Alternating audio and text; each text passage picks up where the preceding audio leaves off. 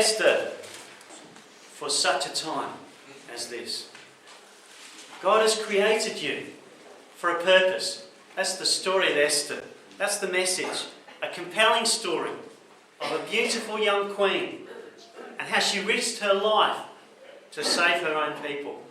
Esther, God blessed her with grace and wisdom as she faced great adversity. And through it all we see God's timing, God's providence. The Jews in captivity would have been wiped out if not for Esther's courage. Brave young Esther and her uncle, her cousin rather.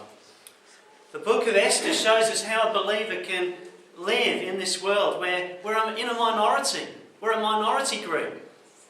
And how God is in control, even when it seems like He's not. Esther, at the start here, she was perhaps, some reckon, about 14 years old. I don't know if there's any 14-year-old girls here today. But this was Esther, as these events started to unfold in the book. She'd known hardship. Here she was, an orphan girl. Her parents had died. And her older cousin, Mordecai, who served in the Persian ruler's palace, had raised her as his own child and taught Esther to fear God. So I'll pick up the story in verse 7 of Esther 2. Esther 2, verse 7. And he, Mordecai, brought up Hadassah, that is Esther, his uncle's daughter, for she had neither father nor mother. And the maid was fair and beautiful, whom Mordecai, when her father and mother were dead, took for his own daughter. Esther's Jewish name was Hadassah, which means myrtle. And the myrtle tree, I'm told, the leaves of this tree yield their fragrance only when crushed. And so too with Esther, her heroism shone through when she and her people were in danger.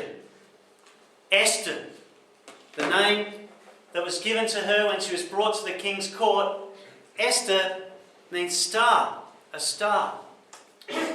God is never mentioned through the book of Esther.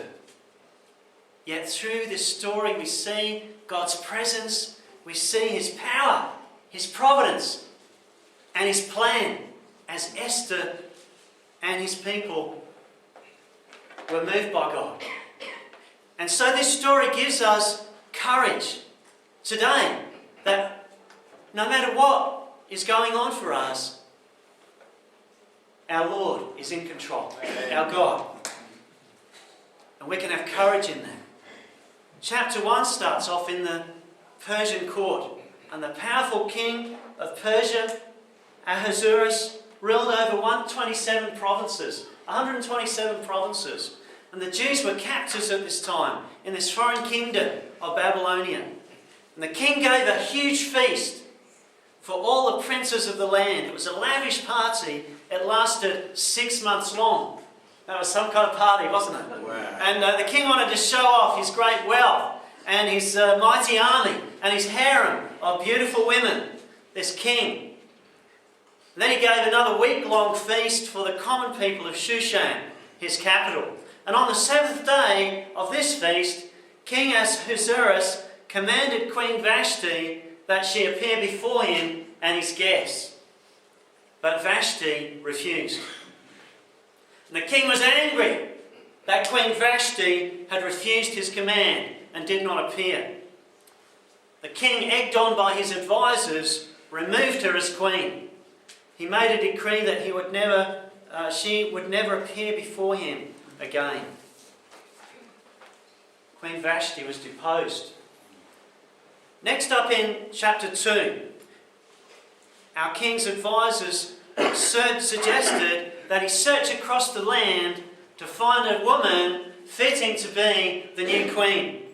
And in Esther 2 verse 4, they advised the king, and let the maiden which pleaseth the king be queen instead of Vashti. And the thing pleased the king, and he did so. So there was a big contest now, a big beauty competition of sorts, that many were called, many beautiful young women. And Josephus records, a historian of the time, that there was 400 virgins brought to the palace. 400. Esther was just one of these many, many women who were taken for this competition to be the new queen. Notice firstly Esther's favour. Esther shows us how to handle life. In her case, she received favour from everyone who saw her. God granted her favour, and the king selected Esther, this humble orphan girl, to be his new queen. Amen. And she became his favoured wife. In Esther 2 verse 17 it says, "And the king loved Esther above all the women, and she obtained grace and favour in his sight." She obtained grace and favour in his sight, more than all the virgins, so that he set the royal crown upon her head and made her queen instead of Vashti. Esther received favour, yet she maintained grace. There was a certain quality, a certain character to this woman, a noble spirit, a strength of character, of wisdom. There was just something about Esther that was a favour. There was Esther's favour here. And that should mark every child of God. God's favour. God's favour. It's something about how she carried herself. Something about how she conducted herself. She was already a child of the king. She was already royalty. And so too are we. We're kings and priests. Amen. We're sons and daughters of the living God. Amen. We should carry ourselves with that favour of God about us, as Esther did. Mordecai, her cousin, counselled Esther to not reveal that she was a Jew at this time. The Jews were viewed with suspicion, and so she kept this quiet. God will grant us favour with God and men. This was true of our Lord himself. In Luke 2:52 it says, "And Jesus increased in wisdom and stature and in favour with God and men." The word often mentions how God's people found favour. Joseph found favour. Moses found favour. Noah found grace in the eyes of the Lord. Proverbs 14:9 it says, "Fools make a mock at sin, but among the righteous there is favour." And Psalm 5 verse 12 it says, "For the Lord will bless the righteous, with favour wilt thou compass him as with a shield." There's a certain favour of God, a favour with God and men. Back to the story of Esther. Now shortly she became queen. Shortly after, there was an incident that happened, recorded in verses 21 through 23 of chapter 2. There was two men who plotted to kill the king. But Mordecai, Esther's cousin, became aware of this, and through Esther revealed it to the king. So these two men who plotted to kill the king were hanged. And the incident was recorded in the king's personal history. This incident would have had a big impact on later events that we'll come to. In chapter 3, we meet the villain of our story, wicked Haman. Haman was also shown favour by the king. He was shown favour. He was made the prime minister, second in command of the empire. He was shown favour, but he handled it differently. In Haman's case, his promotion kind of went to his head. He got all proud and puffed up and arrogant. He was a prideful man. And in his arrogance, he demanded that everyone bow down to him when he walked past, as if he was some kind of a god. Everyone did, except Mordecai. Amen. Except Mordecai. Verse 2 of chapter 3. "And all the king's servants that were in the king's gate bowed and reverenced Haman, for the king had so commanded concerning him. But Mordecai bowed not." But Mordecai bowed not, nor did him reverence.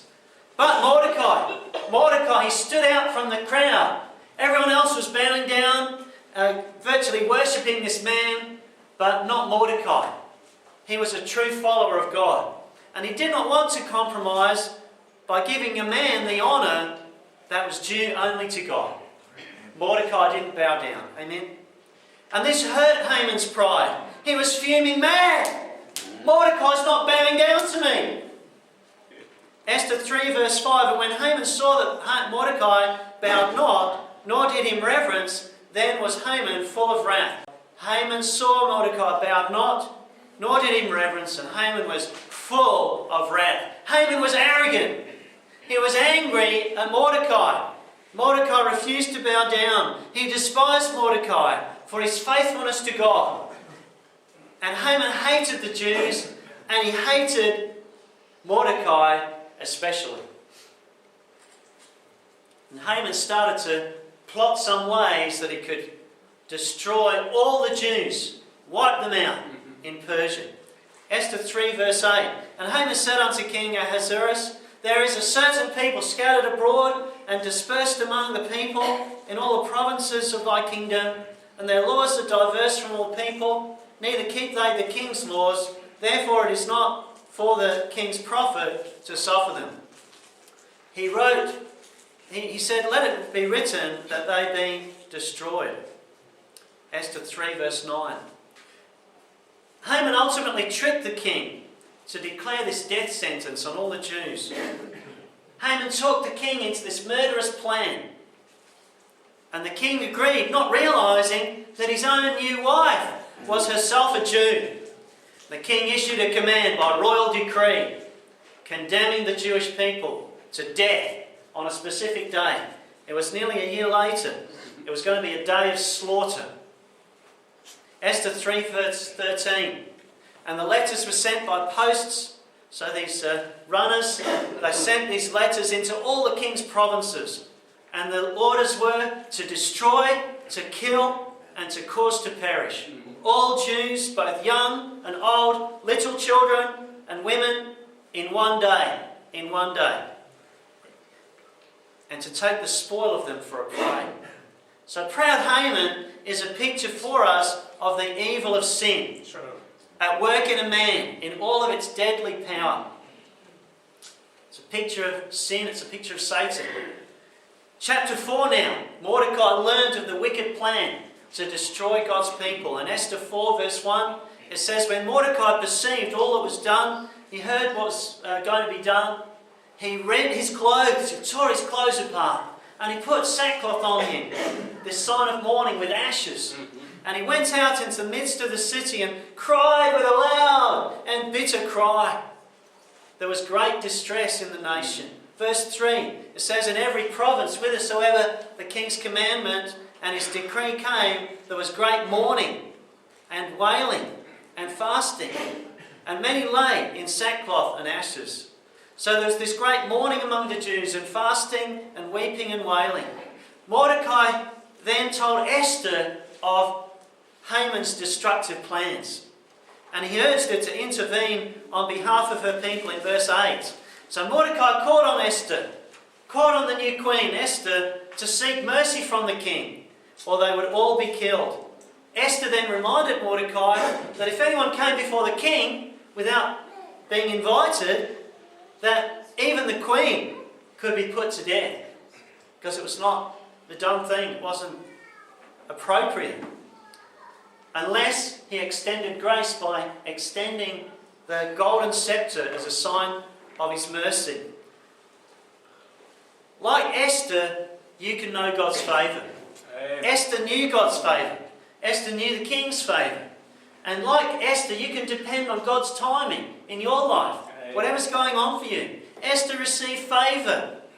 God was working all through the events of her life for such a time as this. Here now Mordecai made this telling statement in Esther 4:14. For if thou altogether holdest thy peace at this time, then shall their enlargement and deliverance arise to the Jews from another place. But thou and thy father's house shall be destroyed. And who knoweth whether thou art come to the kingdom for such a time as this? Now she could have held her peace. She could have been silent. But Mordecai said to Esther, who knows that it's for such a time as this that you've come into this royal position to be made queen. You've come to the kingdom for such a time as this. Now Esther was here at this time, at this place, by God's appointment, by God's favour. And Esther had been placed right here, right there, in this palace, in God's timing and in God's will. So we've seen Esther's favour. And brother, sister, as a believer in Christ, you are a child of God. Amen. You are a son and daughter of the everlasting King, Amen. the King of kings and the Lord of lords. You are already nobility. Yes. You are of royal seed, Amen. born again. And you, as Esther, can know God's favour. Esther's favour, we've seen God's blessings in her life, despite her hardships as a little orphan girl. And we can know God's favour too in our lives. God had placed Esther into this royal position in order to fulfill his divine plan. And Esther now asked Mordecai to call the people to fast and to pray effectively. She called on them to fast. And of course, fasting is associated with prayer. There was a depending on God. So we see secondly here, Esther's faith. We see Esther's faith. And like Esther too, you can dare to trust God. Amen. Dare to trust God for such a time as this. We've heard told of the state of our world. We know Christian leaders are few.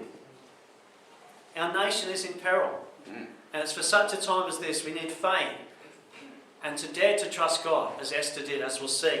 Verse 16 of Esther 4.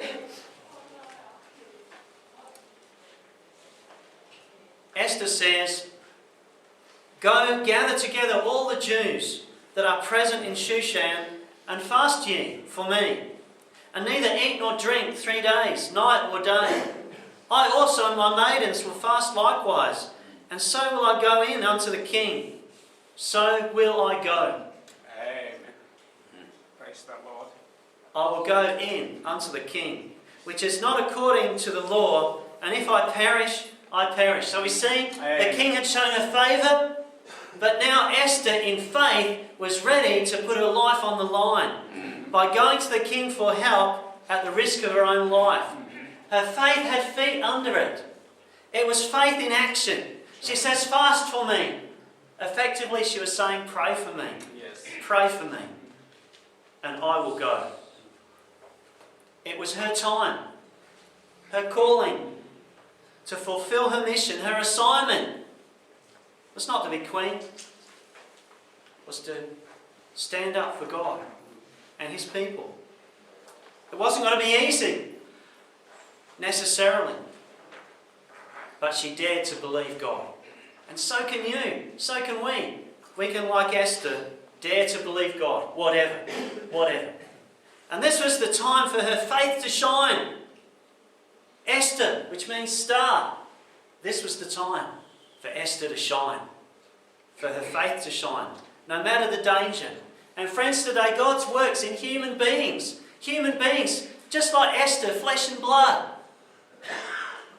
God works in our own human lives, in these earthen vessels of clay, according to his perfect plan and timing. And brother, sister, God has his perfect timing for all of us. He has his timing. You know, we see back Moses. He spent 40 years in the desert looking after sheep before coming to deliver the Israelites. God is preparing us for his plan. You know, with Esther, she had to spend a whole year of preparation, a whole year of beauty treatment. You know, but God is preparing his people for his plans. But God cannot use a proud man or a proud woman. Moses had to be humbled, made the most meek man. Joseph was another, in jail, in slavery. He waited 13 years for God's time. Amen. For God's time. Yeah. For God to do a work in him. And God will move in you, in me, in his time, when we remain faithful and follow his leading. Now sometimes it feels like, I'm just one person, what can I do? Now Ralph could say that, I'm just one person, what can I do? No, I'm going to stand. Amen. I'm going to stand for God. Amen. Just one person, you might say. But through history we see that one person can make the difference, can make all the difference. Here's just some instances of that through world history. In 1645, one vote gave Oliver Cromwell control of England. Wow. And I suppose good came out of that, in contrast with what could have happened. In 1649, one vote caused Charles I of England to be executed. One vote. One vote. In 1776, one vote gave America the English language instead of German.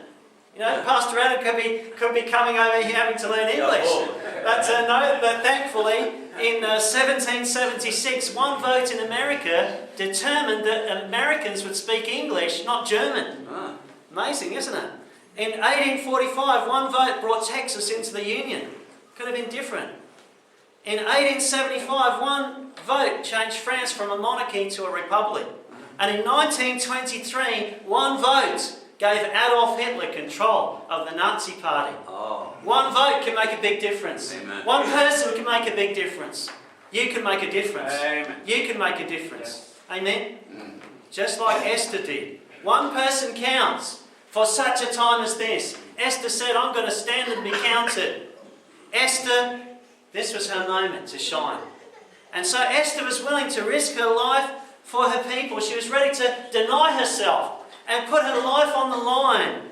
She was ready to make a decision to dare to trust God and to go. She said, I will go. Pray for me. I will go to the king. Pray for me. You know, she called the people to fast, which means to not have food for a period. It was a godly work. We can fast today. I know there's people in this congregation who fast. Fasting helps us to draw closer to God. We're not under a bondage to fast, but the Lord might lead you to fast, to draw closer to God, to have those seasons of prayer, to have those seasons of humbling yourself and praying. And Esther said, pray for me. I'm going to fast. Fast for me, and I will go.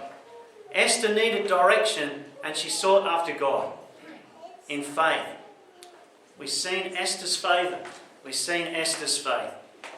Chapter 5, we see some more of the story. Verse 2. And it was so when the king saw Esther, the queen, standing in the court, that she obtained favour in his sight. There's that word again. And the king held out to Esther the golden sceptre that was in his hand. So Esther drew near and touched the top of the sceptre. Now the king's sceptre, this golden staff, represented his authority. Esther found favour again, as she, in faith, stepped before the king. And not only did he hold out the sceptre as a token of saving her life, but he said, I will grant you anything that you ask of me. Amen. Verse 3. Then the king said unto her, What wilt thou, Queen Esther? Verse 3. What wilt thou, Queen Esther? And what is thy request? It shall be given to thee even half of the kingdom. She invited the king and Haman to a banquet that day. This was her request. Verse 4. And Esther answered, If it seem good unto the king, let the king and Haman come this day unto the banquet that I have prepared for him. In all of this we see God's perfect timing. Esther made the request to meet the king, to see the king, and it was the right time. You know, friends, today, God's timing is always best. Sometimes we've got to wait. Sometimes we've got to pray. Sometimes we've got to take time for God's time. That doesn't mean that it's an excuse to sit back and do nothing. But we need to be responsive and wait God's timing to do God's things. So Esther told the king she would tell him of her desire at the next banquet, the next time. And so she asked that Haman be invited to hear her request. Esther 5 verse 8, she says, If I found favour in thy sight, and if it pleased the king to grant my petition and to perform my request, let the king and Haman come to the banquet that I shall prepare for them, and I will do tomorrow as the king hath said. Haman heard this and he was really pleased. He thought, wow, going to get another feed around the royal table. And as he went on his way, he was quite happy about all this, until he encountered Mordecai again. Here we see in Esther 5 verse 9, Then went Haman forth that day joyful and with a glad heart. But when Haman saw Mordecai in the king's gate, that he stood not up, nor moved for him, He was full of indignation against Mordecai. You know, steam was coming, smoke was coming out of his ears, and he went all red in the face. Have you seen people like that? He was full of indignation. He got even more enraged than he was before, and he wanted to destroy Mordecai. We've seen Esther's favour. God blessed her. God blessed Esther. Amen. We've seen Esther's faith. She said, "Pray for me, I'm going to go." She took a risk and stood up for the right. And thirdly, we see a third aspect here that marked this such a life as Esther's fight. Esther's fight. Esther was up against a committed enemy, a wily enemy, and so are we. The wiles of the devil, the enemy that's against us day by day, is an ongoing fight that we're in. Esther's fight. When Haman got home, he told his wife of what had happened, of Mordecai not standing up and bowing to him. And she suggested that they build a gallows just to hang Mordecai. "Let's build a gallows to hang this man," she said. Verse 14, "Then said Zeresh, his wife, and all his friends unto him, Let a gallows be made of 50 cubits. That's nearly 23 metres high." This was one gallows. Now you see those phone towers, it must have been huge, massive, 23 metres high. "And tomorrow speak thou unto the king, that Mordecai may be hanged thereon. Then go thou in merrily with the king unto the banquet." And the thing pleased Haman. Oh, he was all smiles then. Oh, it pleased Haman. And he caused the gallows to be made. Yep, we're going to make some gallows for this man. And truly this was Esther's fight. A fight for her life, a fight for her people, a fight for the life of her cousin Mordecai. It's a fight, people, isn't it? Haman is a representative of Satan, the committed adversary of God's people. Esther fought the good fight. She fought the good fight. We'll see further now as we see that good fight, our spiritual fight, and how God fights for us. In chapter 6, there's a reminder again of the conspiracy that happened in chapter 2. A conspiracy to kill the king, and of the conspirators getting caught thanks to Esther and Mordecai. So now it was the night before the day of the second banquet, and the king was having trouble sleeping. He was unable to sleep, so he called for someone to read his history to him. Esther 6 verse 1. On that night could not the king sleep. He was just restless. He just couldn't sleep. He commanded the book of records of the Chronicles, his personal history. He wanted to hear about his history, the records, and they were read before the king. And then it just so happened that he heard about the foiled plot to take his life, and of how Mordecai had saved his life. And he asked, what's been done to reward Mordecai for this? Verse 3 of chapter 6. And the king said, what honour and dignity has been done to Mordecai for this? Then said the king's servants that ministered unto him, there is nothing done unto him. We've done nothing. The king was surprised to hear this. It was the custom to reward people, and so this man, Mordecai, had never been properly rewarded for what he had done. Next up, who should be waiting outside the door, just outside just outside the king's door, waiting to see the king? Who should be there but wicked Haman? Haman, he was plotting to kill Mordecai. He'd come to see the king to ask permission to hang him. He was the committed enemy of God's people, filled with hatred against them. And so when the king called Haman in, the two men had totally opposite plans in mind. Then the king asked Haman, what shall be done to someone who the king wants to honour? And so here's Haman, chapter 6, verse 6. Haman came in, and the king said unto him, what shall be done unto the man whom the king delighteth to honour? Now Haman thought in his heart, Of course he's talking about me, isn't he? Now Haman thought in his heart, to whom would the king delight to honour more than to myself? And in his pride, Haman thought that the king was talking about him. And so he said, yeah, pull out all the stops, Mr. King. Pull out all the stops. Treat this man like royalty. Honour him. Have a high official announced before him. Thus shall it be done to the man whom the king delights to honour. Haman answered the king, for the man whom the king delighteth to honour, verse 8, let the royal apparel be brought, which the king useth to wear, and the horse that the king rideth upon, and the crown royal which is set upon his head. Haman wanted to be treated in style, like a king, to be honoured. And not only that, but to be publicly acclaimed and have glory and fame, and just have everybody praising him. Verse 9, and let this apparel and horse be delivered to the hand of one of the king's most noble princes, that they may array the man withal, whom the king delighteth to honour, and bring him on horseback through the street of the city, and proclaim before him. The king agreed. Great idea, Haman. Imagine Haman's surprise when the king assigned this honour to his arch enemy, Mordecai. God was fighting for Esther in this spiritual fight. Haman didn't know that years earlier Mordecai had saved the king's life, nor that Mordecai's young cousin was his own queen, Esther.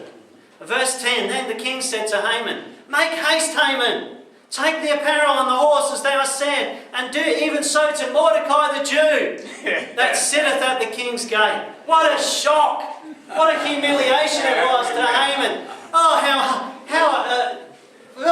He would have been just totally blown away. And the king was announcing that this honour was not for him, but to Mordecai, the one that he wanted to kill. And he had to lead Mordecai in this parade in his honour.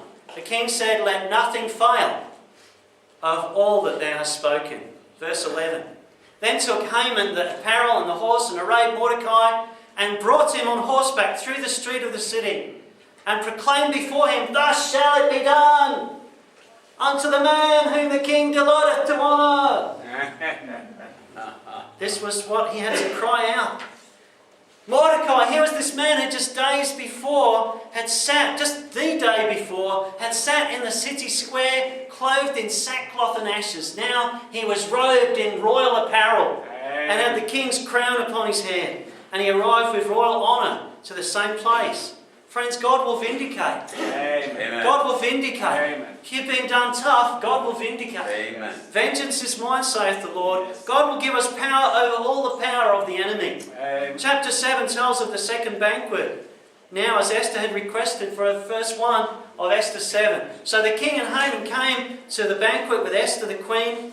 And the king said again unto Esther on the second day of the banquet of wine, what is thy petition, Queen Esther?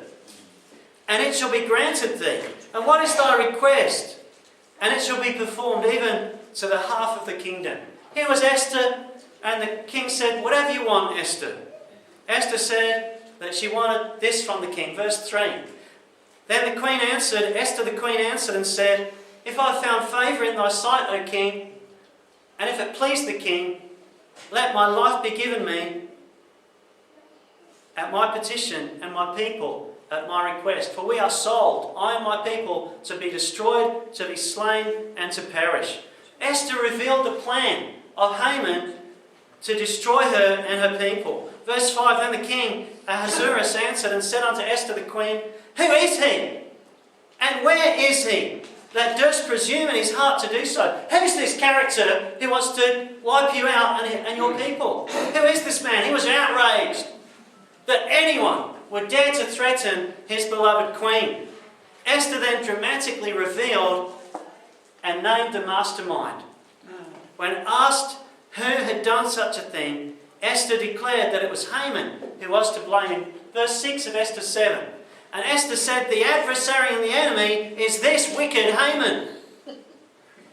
Then Haman was afraid before the king and the queen. You know, his knees were knocking now. And the king was so shocked and angered he had to leave the room. He was just so fuming mad, so angry, he had to leave the room to just calm down.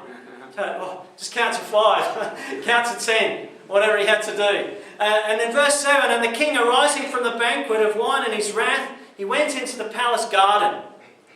And Haman stood up to make a request for his life to Esther the queen. So the king stepped out. Haman came to Esther. He wanted to make a request for his life. He saw that evil was determined against him by the king.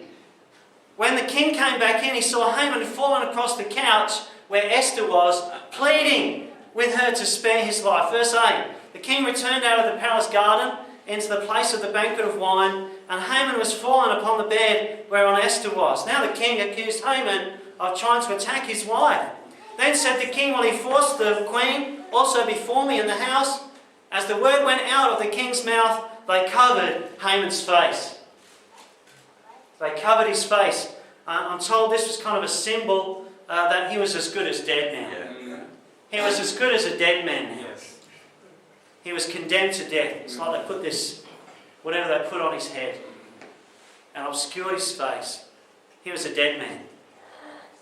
And one of Esther's servants then told King that Haman had made a gallows on which he planned to hang Mordecai. So the king immediately commanded that Haman be hanged instead on the very gallows he built to kill Mordecai.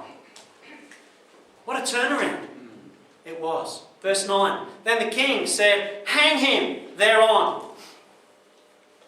So they hanged Haman on the gallows that he had prepared for Mordecai. Then was the king's wrath pacified. How ironic it was. God will vindicate. God will fight for you. Yeah. God fought in Esther's fight. And God's plan prevailed over Haman's wicked plan.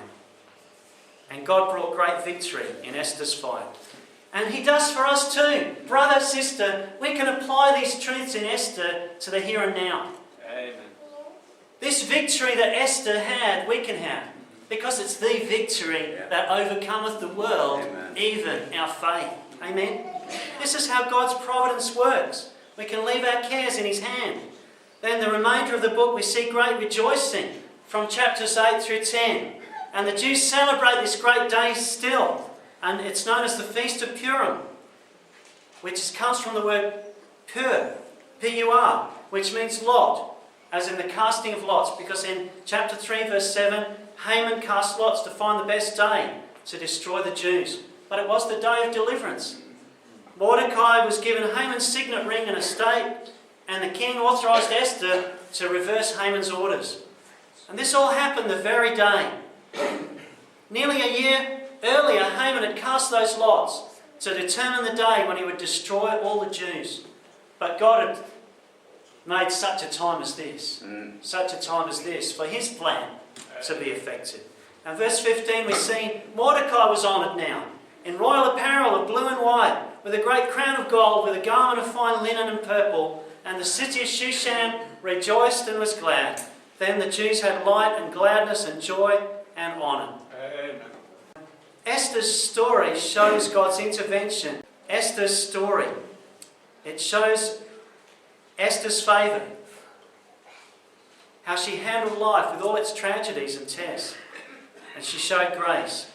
It was for such a time as this. And friends, today let's think about Esther now for such a time as this. Just to reflect.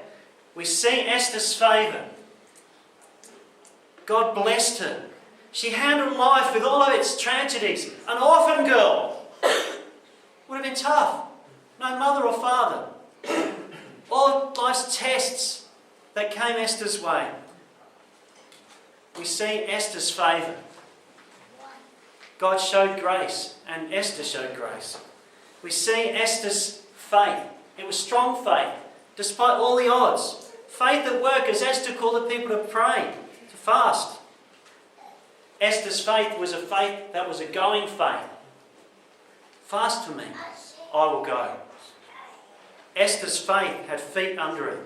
And then we see Esther's fight. She had the humility, the courage and the determination to fight. And what a remarkable woman. Young women here today. We can apply these truths. Young men, older women, older men.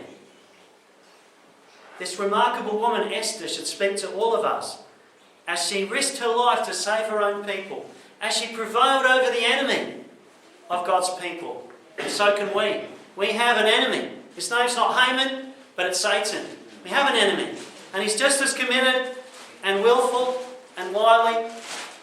Esther shows us how to win through, how to please the Lord, how to live with favour, how to walk tall as men and women who are of royalty, royal stock, men and women, kings and priests. Esther shows us how to please the Lord. Now, God has not got a direct mention in the book, but certainly He is very present, working behind the scenes. And it was for such a time as this with Esther. God's got His timing for you. God's got His purpose, His plan for you. As Mordecai said to Esther, God had placed her in such a time, in such a place, for such a time as this. What has God given you to do? God has given all of us something to do for His glory. He's placed His people where He wants them to be, where He can use them for His glory. God is still looking for Esthers and Mordecais today. Amen. People who will trust Him no matter what and be willing and available to be used by Him. That means you and me for such a time as this. God has a place for us, a purpose, His timing. Let's learn like Esther. Just quickly, Esther's favour, to live right, to live nobly, with that high calling that we have. Esther's favour shows us God is with us, as He was with her. Esther's faith, we can depend on God, even if we're stepping into something that's scary, as Esther did. We can depend on God and pray and have Esther's faith. And we have Esther's fight as we enter into spiritual combat. And we don't knock off from this fight until we see His face. It's an ongoing fight, isn't it, brother, sister? A combat that we're in. And we can know spiritual victory. Why? Because our God shall fight for us. He knows what He's doing. In His plan and time, He'll finish off the enemy good and proper. For the meantime, keep fighting.